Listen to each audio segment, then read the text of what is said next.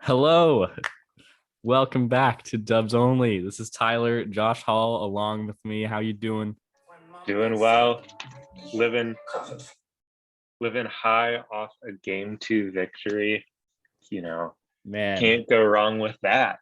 man, oh man, oh man. I have been, the adrenaline has worn off a bit. We're recording it the day after, but I kept I wear a jersey every playoff game, and I kept it on for like maybe 2 hours after the game. It was just like really riding the high. It was probably the most satisfying win the Warriors have had in a while. Uh, they finished off winning 126-117, which was pretty close to your prediction going in. I think you said it would be 125-114. Yeah. Yeah, mastermind Josh Hall at it Hey, I'm again. getting close. I'm getting close. One of these days I'll actually get it. Uh and we stay undefeated at home. The Warriors stay undefeated at home in the playoffs, which is huge. Huge. Because you don't want Dallas having any momentum coming into Sunday night, right? Mm-hmm. And the Mavs had some good momentum going for them in the first half. They got off to a really hot start. They hit their starters at halftime. I put it together. They shot 14 of 19 from three in the first half. And that's just unbelievable production right there. And that's what we talked about. We Yeah. talked about people besides Luka stepping up away from home. Yeah. And they And, did and, tonight. They did tonight. yeah, you Our, expect them to play better at home than on the road, but just you got to like tip your hat to just how like blazing they came out of the gate. The Warriors had a run of their own to like keep it close in the first quarter, but in those non-Steph, non-Luka minutes in the second, that's when the Mavs really blew it up. Jalen Brunson hit all of his threes compared to missing all of his threes in game one. Really tough. Him, um, Luka, obviously, and Reggie Bullock, I think combined for 94 points. Unbelievable out of three players. Unbelievable. And to still lose a game like this has to be demoralizing for them. it's sort of like it's not as bad as a blowout like the rinse and repeat that we sort of like the rinse and forget that we saw when the Warriors lost to the Grizzlies, right? It's not like that type of forget about it game, but it sort of is for Dallas, right? Because you have to go in with a fresh mindset because you're going back to your home. You have that home court now. So forget the tough loss. You played well. We played well. Like, just like let's go and forget about that loss and go into the next game. Yeah, and it's going to be hard to get past a loss like this.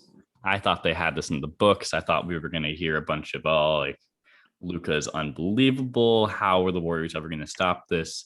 Like, like those pundits on ESPN and whatever, like Skip Bayless, going on and on about how the Warriors aren't going to make it. The Mavs are going to win this in six or something like that. And it's just really hard to see the Warriors team like this that showed their championship pedigree last night losing 4 out of 5 times to the Mavs right now, because they've been able to get pretty much whatever they've wanted offensively.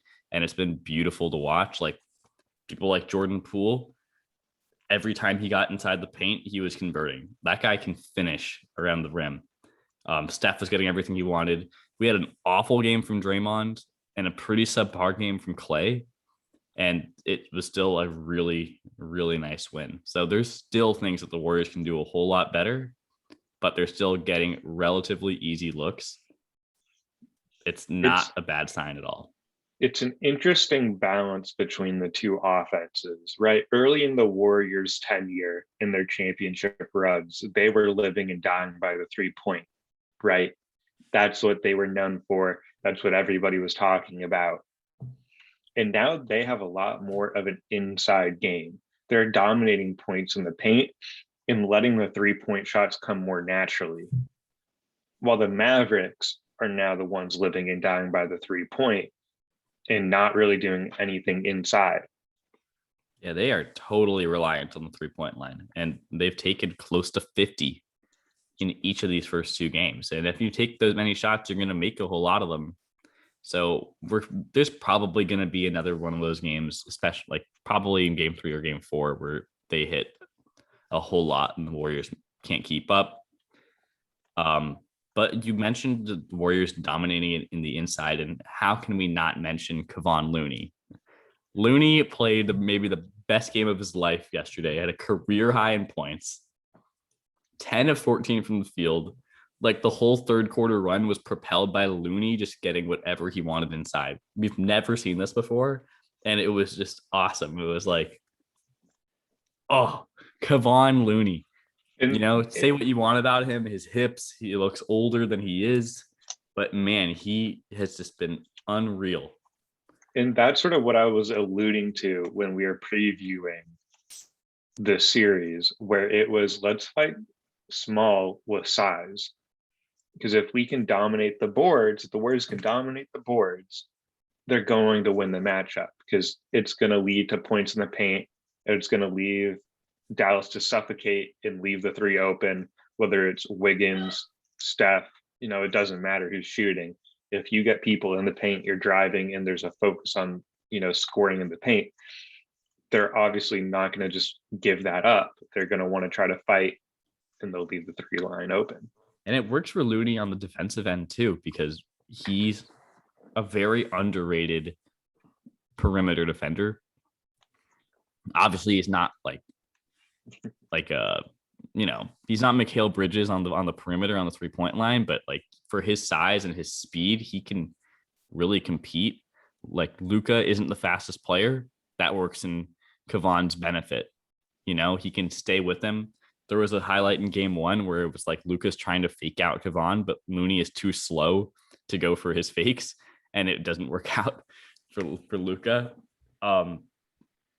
Kevon is just a consistent presence with this team. He's a totally smart player. He can rebound the ball really well for his size, because he's a totally undersized center, and he can set great screens, and he just gets to the rim. And the Mavs' only presence down there is Dwight Powell, who played 8 minutes, and Maxi Kleber, who played 33. So it's really just Kleber down there, and he didn't really put up much of a fight at all. That's what this Dallas team is really missing, is that paint defender who can just protect the basket. They're going to give up the paint, and the Warriors are taking advantage of it right now. Even though Wiggins, 5 for 14 on the night, didn't have the best scoring night. I mean, 3 for 5 from the 3, didn't have the best overall inside scoring night. And it still did a lot of good work on the defensive end, but I want to see him be even more aggressive, attacking the basket, getting in with those pick and rolls on ball most of the time. Right. I saw that in the first quarter, Wiggins really trying to attack, and he missed a couple of layups, and he got to the free throw line a solid amount. He took 6 free throws and he hit 3 of them. But I would agree for the most part. He got his 16 points. That's what he's good for, every game. He's in the 16 and 19 point range no matter what. And he's still that primary defender on Luka. Luka, obviously, 42 points, had a great game. But it was honestly a quiet 22-point second half for him somehow. Mm-hmm. It's just totally under it. The focus wasn't on how Luka was keeping the Mavs in the game. It was how the Warriors were pulling away, at least from my perspective.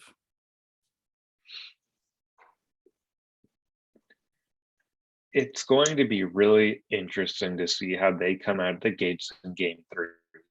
Because I think game 3 is the deciding game in this series. I mean, just like the way that the first 2 games have gone, it was a dominant victory in game 1, a come from behind, demoralizing game, loss for the Mavs in game 2. If if it's not a dominating game by the Mavericks in game 3, if they win, and it's close, and like maybe the war, like where's the momentum shift? I think this is like the pivotal point in this series. If the Warriors win, it's over, right? Like you're not coming back down from 3-0. It could really easily end in a sweep. But if it's not a dominating win by the Mavs, will that even have enough momentum to go, into game 4? Or is it just like this Warriors team is just so penetrating and demoralizing that there's just nothing left in the tank? And that's what we saw in the second half last night, was that effort by the Warriors to come back and win by 9 after being down by 19, totally demoralizing for the Mavs. Game 3 is obviously pivotal, and we saw the Mavs come back from a 2-0 hole last series against the Suns, but that's because Chris Paul's on that team, and he's known for blowing 2-0 leads. The Warriors don't have that. Of course, it doesn't mean that it might not happen. Of course, there's still that possibility, but it's not happening if the Mavs don't win game 3. It's a must win for them. And you'd expect them to, hit their shots early, kind of do the same thing. But for me, it's what adjustments can they make on the defensive end, because the Warriors have been able to just kind of get to all their spots relatively easily. Everybody can attack the basket. There's no resistance down there at all. Not at all. Clay had 2 dunks last night. Kevon Looney had 21 points. He's never come even close to that. Curry was hitting layup after layup. Jordan Poole's getting to the ball, to the rim. Everybody. What can the Mavs do to fight that in game 3 or any game going forward? And it's going to be hard for the Mavericks to do that without bench depth. They're basically playing a 7-man rotation. And it's Dinwiddie and Kleba. And so you're replacing one guard and one center. And they're basically playing most of the game. Brunson isn't a good defender. He's just small. He's got strength, but it's not a strength of his game, being a lockdown defender. They're really putting all the defensive pressure on Bullock and Finney-Smith, and it's not enough. They don't have the guards to keep up with Poole and Curry, and they don't have a defensive center to protect the paint when Looney and Draymond, are doing work. And even Otto Porter, is getting his mid-range shots because he plays, that stretch 4. And they're switching up the matchups to try to hide Luka as much as possible. Do you think that the Mavs turn to or give some more minutes to somebody like Marquise Chris or Boban? We haven't seen them at all so far. I don't think we'll see Boban. I just think he just doesn't fit their scheme. He's their slow. offensive scheme. He's slow. Like they play a slow brand of basketball, but it doesn't create the mismatch that they need to take advantage of. I'm surprised Marquise Chris doesn't get minutes. He is sort of more of that undersized 5 than a true 4. I loved him in his time with the Warriors. I thought he played fantastic. As a fan of Marquise Chris, I'd love to see him get minutes. I think he would do well in minutes, but I think there's just that backlog of Kleba and Bertans in Powell. Like even though Powell and Bertans played the same amount of minutes, basically, I think they'll need to give their rotation some more minutes. I think you need to give some players more breaks because they're going to be tired. Like they can't keep playing 40 plus minutes.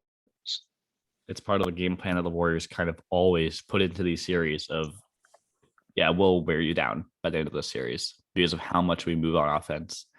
Jason Kidd said that Steph Curry is the most well-conditioned athlete in the game. Greatest conditioned basketball player ever. Could make the debate. But it's tough for the Mavs to hang in there when they don't have the depth and they don't have the legs. They don't have the size to really put up with the Warriors. And it's funny because the Warriors are not a big team. Usually you hear this argument and it's like, oh, well, like back in the day, like who's going to guard Shaq? Stuff like that. Like these monsters down low, big power forwards, Duncan, Garnett, who could dominate you down low. The Warriors don't have like a crazy post presence or in general a paint presence. It's just their passing and their cutting that's really been leading to this barrage of layups. They've been totally outscoring the Mavs in the paint. The only hope that the Mavs really have, I think, is that they hit their threes at a high clip. And they did it in the first half. And it felt unsustainable, especially when they were shooting 54% at halftime. It was like, yeah, they're going to miss these threes eventually. Not to give them open looks, but say, yeah, you're not going to hit all of those threes. So if I'm the Mavericks, I think it's pretty bleak. I said Warriors in 6 going forward. I think there's a much better chance of it being Warriors in 4 than Warriors in 6 at this point. I like my prediction of Warriors in 5. It all depends on game 3, right? It's totally a must win for the Mavs. If they lose, it's over. Give me the sweep. Take your brooms out. Get ready to go to the finals. I just don't think there's a way that the Mavericks find a way to get out of the series. I just don't think they match up well against the Warriors. Everything that the Mavericks do well, the Warriors do well too and can back. The Mavericks like to shoot and, ISO, pick and pop. The Warriors have the length and the quickness to combat that.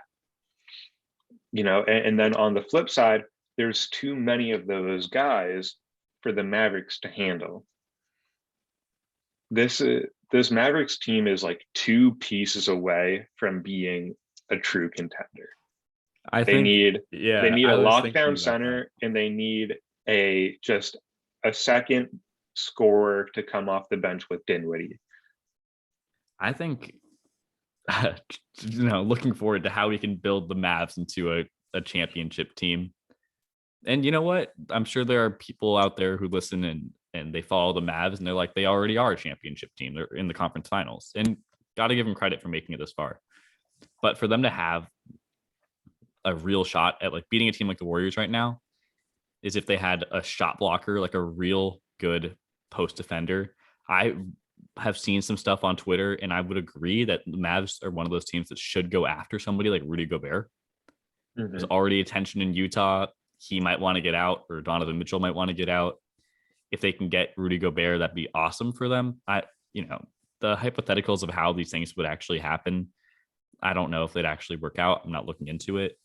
And then having, I'd say, like a lockdown perimeter defender as well, who could like not just be a 3-and-D guy. Like, Dorian Finney-Smith is a great defender and a great shooter, but they need somebody who's a little bit more capable on that defensive end. I mentioned Mikhail Bridges earlier. I don't think the Suns would get rid of him, but like somebody like that who can. Miles Bridges is an interesting option from Charlotte. He's going to get big money. He small forward, power forward, can shoot well, can handle the ball. He's flashy, fly high. All hypotheticals that we can focus on in the off season, right? Yeah. But we're gonna have some great off-season episodes. It's gonna be a fun off-season. There's a lot of moving parts. But other news coming out the Warriors camp, updates on GP2 and Iguodala. GP2 getting reevaluated in a week's time. If the GP2 Warriors makes it back onto the court for the finals, it would be unbelievable. Like a fractured elbow, and he actually comes back within 3 to 5 weeks. It would be awesome. Yeah, it's also like whether if the Warriors make it to the finals, let's say, and I think you and I are both pretty confident that they will at this point. Not to get ahead of ourselves. Boston and Miami are 2 tough teams that have a lot of threats. Having GP2 out there to slow somebody down, like Jaylen Brown, or even putting GP2 on Jimmy Butler, for some spurts, that's gonna be important. And Iguodala has that like disc injury in his neck, and it sounds painful, man. And Iggy is getting old, but if he can get out there too, it's just the NBA Finals or this point in the postseason is why you brought Iggy back onto this team. He rested through so much of the regular season. So we want him. I want Iguodala. Give me Iguodala. Throwing back to the old Maxey. days, Maxey. No, I'm just excited to see the rest of the series. Excited to watch Warriors basketball. It's what we want to see, right? Just good basketball games. You can't ask for anything more. I love Warriors basketball, and last night they played just their style of the game. It was beautiful to watch. The passing is great, the shooting is great.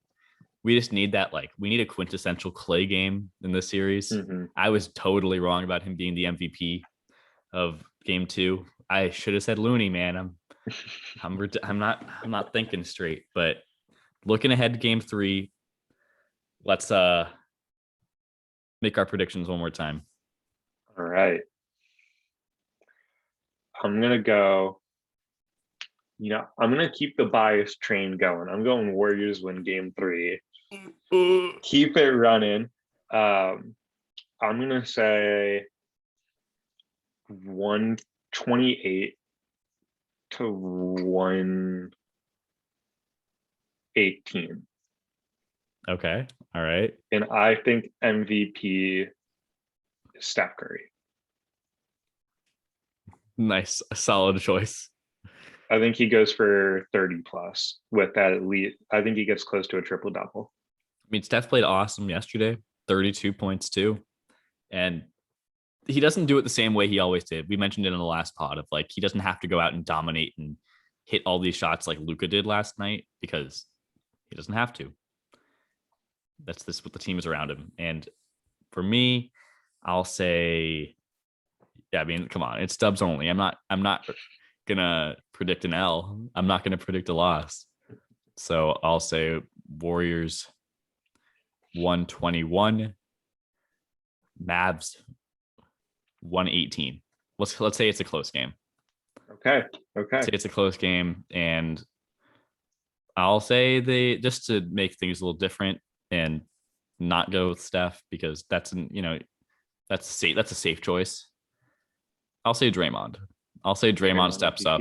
He gets a clutch steal or a clutch block and puts the muscles up on an and one or something, and he takes home the MVP. But not to say that he's going to be the Irvin Magic Johnson Western Conference Finals MVP. Let's do predictions for that. Let's do after the first 2 games. Who would you give that award to? I mean, if there was one for the first 2 games, it's Looney. He's played game 6, game 1, and game 2 have been his 3 best games of his career. I can't even imagine what he's going to do in game 3. He's going to shock the world, man. He's going to be popping out those threes. But no, but for the series itself, it's not a 2-game award. I think Steph still brings it home. Mm-hmm. The NBA made this award because they needed to add more to Steph Curry's Hall of Fame resume. Can't argue with that. I mean, he'd have 5 of them already. All right, though. Game 3, Sunday night. Well, hold on. What was your prediction? Oh, shoot. Yeah. Unbelievable, man. I think I'm going Wiggs. I think, he had a great game, in the last 2 games, not just, all around games. I think there's still a big offensive game coming. And he's still going to contribute on the defensive end. And I just want to give Wiggs all the credit. He deserves it, man. He Wiggs deserves it. is a playoff performer, dude. It makes the T-Wolves trade just even more sweet to Oh yeah. see. Hey, and not that Kuminga didn't get in tonight or last night, but Moody did, and Moody looked really solid. I'm a big fan of Moses Moody, not just because of his name, but he's just a consistent, solid player, and he plays like he's so much older than 19. Just really nice. I hope he gets more consistent minutes, especially in that Damian Lee role. If he's Mhm. going to be in there for spurts in the second and the fourth quarters, I'm all for it. It's a perfect time to learn. It's a Yeah, it perfect time is. to get that experience. And it, they're so young. They have a really young bench. And so it's going to be interesting to see the transition between some of the older role players and how, Moody, Kuminga, hopefully Wiseman. We have another draft pick this year, going to be a higher draft pick, but it's not too far off where they got Poole. I think it's Uh, the same pick. I think it's Same 28. pick. Also Jacob Evans. Oh, Warriors legend Jacob Evans. Man, But it's going to be interesting to see how they build this young core. I'm I'm excited for the future, but I'm not even thinking about it right now. You know, it's just like, oh, 6 wins away from a championship. Each one is going to be harder. The ones that matter next are the next two. But Josh, we've said it every time. It's so exciting that we're here. It's like we haven't missed a beat, and I can talk shit to everybody that is like trash talks the Warriors because the dynasty is over after KD tears his Achilles and Clay tears his ACL. 2 bad seasons. One bad season and one pretty underwhelming that the Warriors just were not built for.